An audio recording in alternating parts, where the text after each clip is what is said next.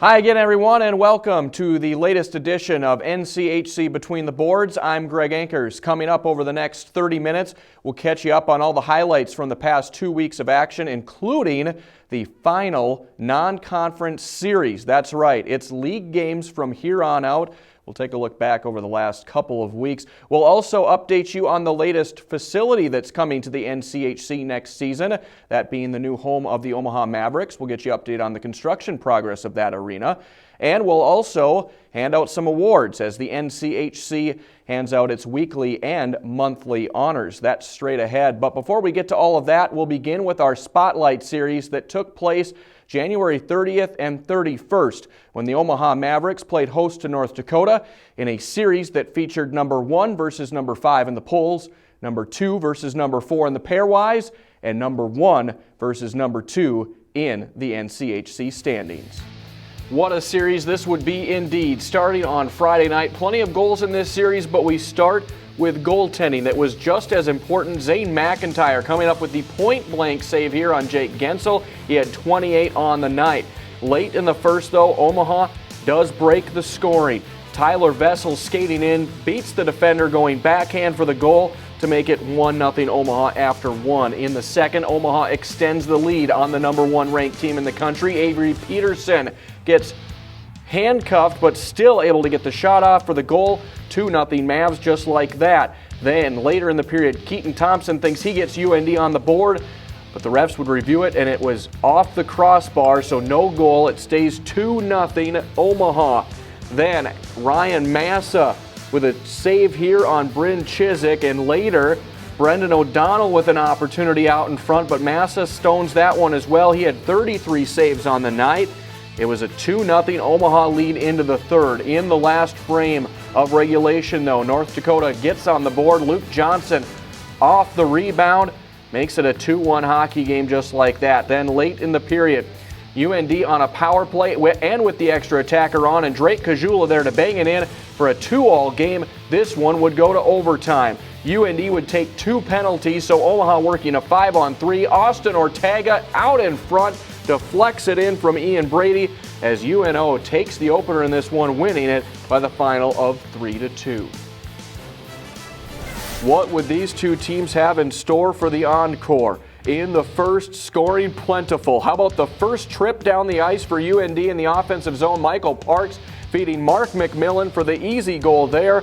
It's 1-0 UND. Omaha, though, just a couple minutes after that, on a breakaway of its own. Jake Gensel goes 5-hole. That one slips through to tie things up at 1 goal apiece. Later in the first, before the teams head to the locker room on a power play, Mark McMillan going to get his second goal of the night. Working down low, puts that one past Ryan Massa for a 2-1 UND lead. That lead would hold until the third. On a power play, Jake Gensel, no angle, no problem, somehow slides that one through for his second goal of the night. And just like that, it's a 2-all hockey game. UND, though, would retake the lead. Later in the period, off the faceoff, Steph Patton knocks in his own rebound attempt in midair for a 3-2 lead. Then, trying to salt it away, Mark McMillan with a short-handed breakaway opportunity, but Ryan Massa somehow there for the stop. It's still 3-2 North Dakota. Couple minutes left to go in regulation. Working a power play. Omaha's Brian Cooper with the blast from the point. That one gets by everybody, and we're tied at 3, going to overtime once again. It was Omaha Friday night. Saturday night goes to UND's. Brendan O'Donnell puts the puck in the back of the net there as UND takes it, salvaging the split on the road. They win this one by the final of 4-3. Here's the players following this epic series. Our goal tonight was just to play as hard as we could, empty the tank, and that's what we did. I think every guy in that room is exhausted right now, and that's what we needed. And the fact that we could pull through in overtime and get that winner was huge for our team. You know, proud of the guys who never got down on each other, battled back, and you know, tonight it went the other way. So fun series. It was great having that fan support both nights. You know, over 10,000 people. It was a lot of fun to be a part of. Coming up next, we'll continue taking a look at highlights from January 30th and 31st, a weekend that featured all NCHC games. That's next. You're watching NCHC Between the Boards.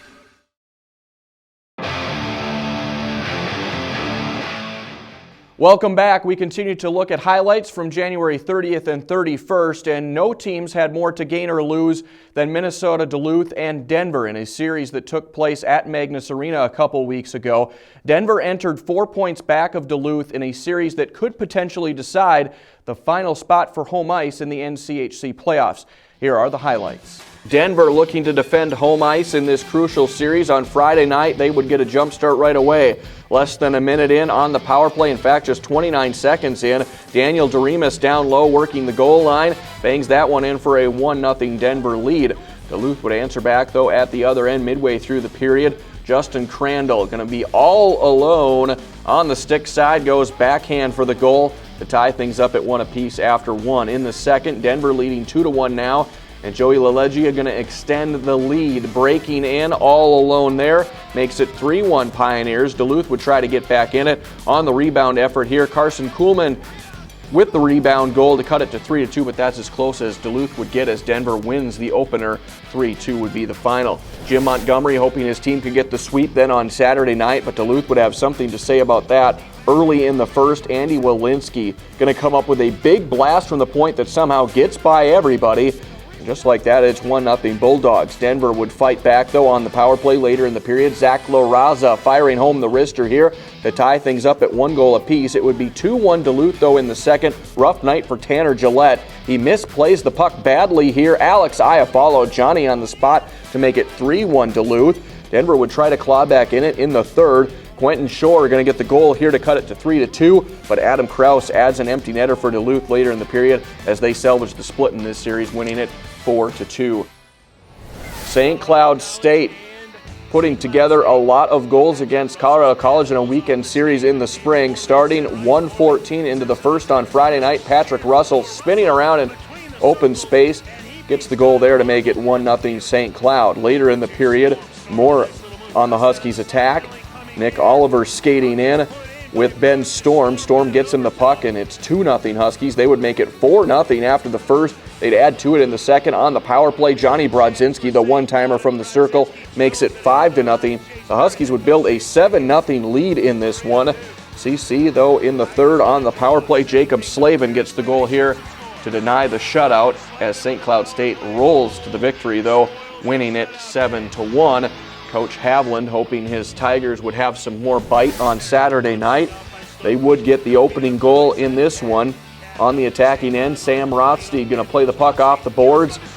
Beats the goaltender there for a 1-0 CC lead. St. Cloud State, though, would tie it up before the end of the first. David Morley going to get credit for the goal here as the Huskies tie things up at 1 goal apiece. They would take a 2-1 lead into the third. CC playing better, but then St. Cloud starts to pour it on. Just 43 seconds in, Johnny Brodzinski down low for the goal to make it 3-1. St. Cloud would score 4 times in the period. Patrick Russell with the power play goal here for St. Cloud as they roll, outscoring CC in the series 13-2, winning it on Saturday night 6-1. Miami and Western Michigan opening their series at Lawson Ice Arena. On January 31st, it was a 1-all game until Mike McKee gets the goal here for Western, giving the Broncos a 2-1 advantage after 2. In the third, Miami's Sean Corrali puts Miami out in front with this goal down low to make it 3-2, but with just 13 seconds remaining on the attacking end, Colton Hargrove going to get the goal, standing all alone out in front. Beats the goalie there to tie things up at 3. The teams would skate through overtime without a goal, so we go to the shootout. In the shootout, Cody Murphy skating in, looking fierce, and he gets Miami the extra point as they win the shootout. 3-3, though, is the final. As we mentioned, that was game 1 of the series between Miami and Western Michigan. When we come back, the series continues a week later, and it's outdoors. We've got that straight ahead on NCHC Between the Boards.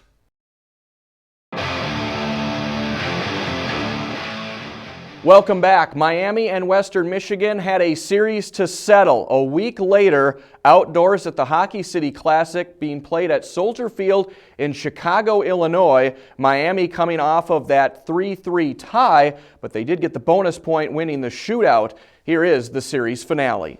Miami would have the quick feet early in this one, out shooting Western Michigan 10-3 in the first period, and they capitalize as the puck comes from the near wall to Alex Weidman from Alex Gasek, and it's 1-0 Redhawks. In the second, leading 3-0, Miami builds on their lead. Puck comes off the boards right to Sean Corrali. He buries it for a 4-0 lead, but in the third, Western Michigan starts to rally. Josh Pitt, deep in the zone, gets the puck and goes 5-hole for the goal to get Western on the board. They trailed 4-1 though, down 4-2. Late in the third with the extra attacker on, Sheldon Dries gets the goal. Watch him keep his stick just down far enough, gets the deflection, but Western Michigan can't close it out. Miami gets the win, 4-3 the final. Denver visiting CC as the battle for the gold pan continues. In the Springs, Denver gets on the board first. Danton Heinen with the goal to put the Pioneers out in front 1-0.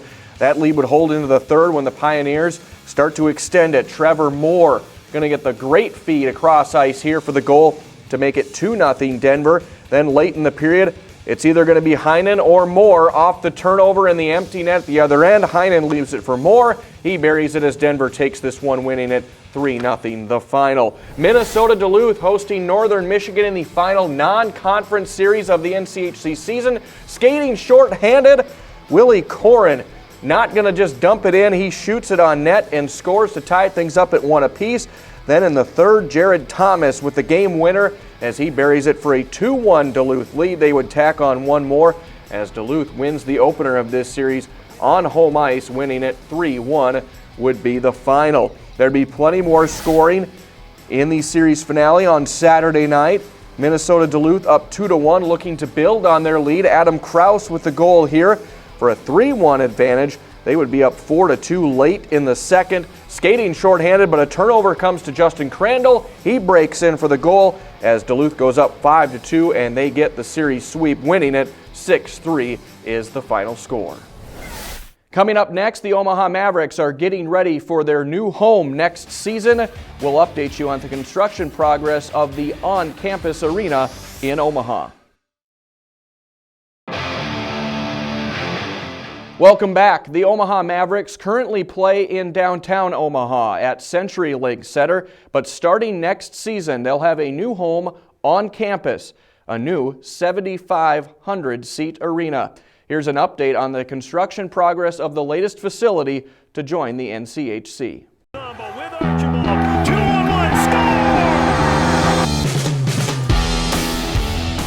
In the fall of 2012, then Mayor Jim Suttle announced the closing of the Omaha Civic Auditorium. The University of Nebraska Omaha saw an opportunity to build a new arena that would connect the university and the Omaha community.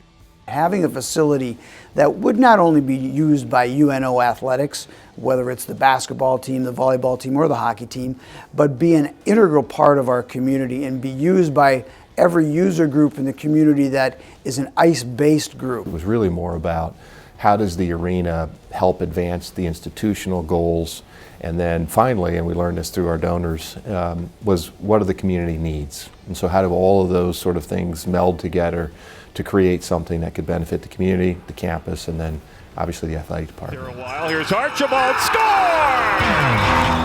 Over the last 5 years, an emphasis has been placed on making the daily grind of the student-athlete schedule more student-centered.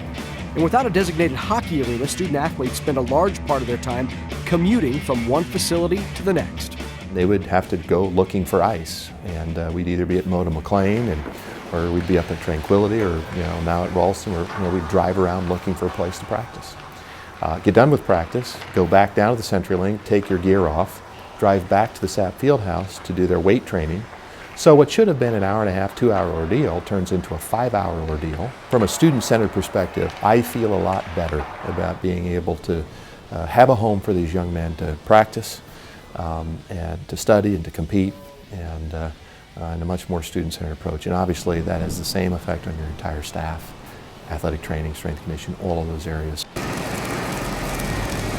With the ongoing arena construction at the south end of campus, student athletes will soon have a one-stop facility for all of their athletic needs. The UNO Community Arena is located in the Exarban Village on 67th and West Center Road. We won't have such a demanding schedule, really. I mean, driving back and forth, it'll save gas, all the things we like, and we won't even have to drive really, but we can just walk over, so it'll be a huge bonus for us. There's a lot of unnecessary miles. It doesn't really matter that much at the start of the year, but towards the end, you want to be at home. You want to be in that rink where you're going to play games and Keep it in. He fires, saved it. Rebound, score! The need to have our own facility on campus where we controlled the opportunity to practice at any time, to be able to have our student athletes use the facility when it's a non-practice situation, to work on their skills, to develop their abilities. I was envious of that as a coach because I knew my players didn't have the opportunity to have that at their fingertips. And this new arena will be transformational for our program because our players will be able to go down there at any time of the day and get on the ice and work on skills that are going to be very important for them going forward in competition later in the year. While the new arena's impact on current players is obvious, it will also have a huge impact on recruiting. What other schools are doing is saying, yeah, UNO says that they're a hockey school. UNO says that hockey's a priority. If it's such a priority for them, why do they force you to drive all around town to find a place to practice? That hurts you in recruiting. That's not an argument that can be made anymore. Negative recruiting is a common thing in the recruiting world, and to be able to have a building where you can bring recruits in and say, this is our home, you'll be here, you're not leaving, it will be a huge asset for our coaches going forward. They'll be able to utilize that to their advantage and already have. You want to be a part of that experience and be on that first team that's a part of that new facility, and I think that's a huge selling point. The new facility will not only cater to current and prospective players, but the atmosphere that the fans will be able to create with a full house and new energy should make UNO a hot ticket. I mean, Central Link's a great arena, but it was just so spread out and everything, and doesn't create that atmosphere like most arenas do. As players, that's what you want more, just a loud arena. it'll be probably the hardest ticket to get in Nebraska other than the Cornhusk. It'll be a tough building because you're putting 8,000 average into a 7,500 seat arena, and who gets the tickets? And it should be something that'll be loud, intimidating, and I think people enjoy being in that kind of an atmosphere from the spectator standpoint. And certainly the players respond well when you're in a building where the atmosphere is excited, the people are intense, and the noise level is very high. It'll be a huge difference and be good for the program and create a great atmosphere and something I'll be looking forward to this next year.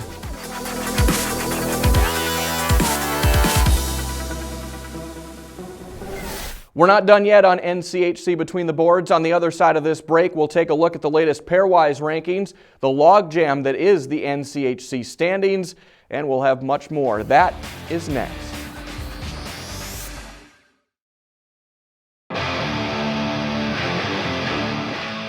Welcome back. It's time to hand out some awards from the NCHC. We'll begin with last month's Player of the Month honors. For the month of January, it's co-players. Johnny Brodzinski from St. Cloud State and Joey LaLeggia of Denver. Brodzinski had 7 goals and 6 assists in 10 games for the Huskies. His 13 points led NCHC players for the month. LaLeggia from Denver had 3 goals and 7 assists in 10 games, including 2 game-winning goals that led all NCAA defensemen for the month. Rookie of the Month honors go to Avery Peterson of Omaha. He had 5 goals and 3 assists in 6 games, and he led NCHC freshmen in goals for that month. Weekly honors brought to you by Bauer for the week of January 26th. A St. Cloud State sweep, much as they did against Colorado College. Offensive honors go to Johnny Brodzinski for 4 goals and 2 assists, including 5 points on the power play in that series. Defensive honors for the second time go to Ethan Prow, who had 6 assists on the weekend, including his first game back after missing 5 straight with an injury. Rookie honors for the second straight week belong to Patrick Russell from the Huskies for 2 goals and an assist in that sweep over the Tigers. And goaltender honors for the second time this season go to Charlie Lindgren, who had a 1.00 goals allowed average and a .957 save percentage in that series, stopping 21 of 22 shots. The NCHC Bauer Players of the Week for February 2nd go to offensively to Adam Krause of Minnesota Duluth, who had a goal and 3 assists and a +5 rating versus Northern Michigan. Defensive honors for the third time this season go to Joey LaLeggia of Denver for his 2 assists in a 3-0 win over CC that you saw earlier. Rookie honors belong to Jared Thomas of Minnesota Duluth for 2 goals and an assist, and his game-winning goal on Friday. Goaltender honors for the second time this year go to Tanner Gillette of Denver for his first career shutout against CC. He stopped all 30 shots that he faced in that showdown. The pairwise rankings look like this, with 5 NCHC teams in the top 10. North Dakota is number 2, followed by Omaha and Minnesota Duluth at 4 and 5. Denver and Miami are 9th and 7th in this week's pairwise. The USCHO.com poll looks like this. North Dakota is second with 11 first-place votes, followed by Omaha, Minnesota Duluth, Miami, and Denver rounding out the top 10 there. The USA Today poll looks similar, with North Dakota checking in at number 3 with 5 first-place votes. Omaha sits 4, followed by Minnesota Duluth at 6, Miami 7th, and Denver checking in at number 9. And that leads to this, the log jam that is the NCHC standings right now. 5 teams are separated by 5 points, all going for the top 4 spots to get home ice in the first round of the NCHC playoffs. All teams have played 16 games in the league, and as we mentioned, it is all league games from here on out for the regular season. Here are your series starting tonight. A top 10 showdown in Grand Forks as Denver visits North Dakota. Western Michigan is at Omaha. St. Cloud State is at Minnesota Duluth, and Miami is at Colorado College. We'll have highlights from all those series, and we'll have a full 2 weeks of highlights to come your way on our next new episode on Friday, February 27th. We hope to see you then. Until then, enjoy the games, everybody.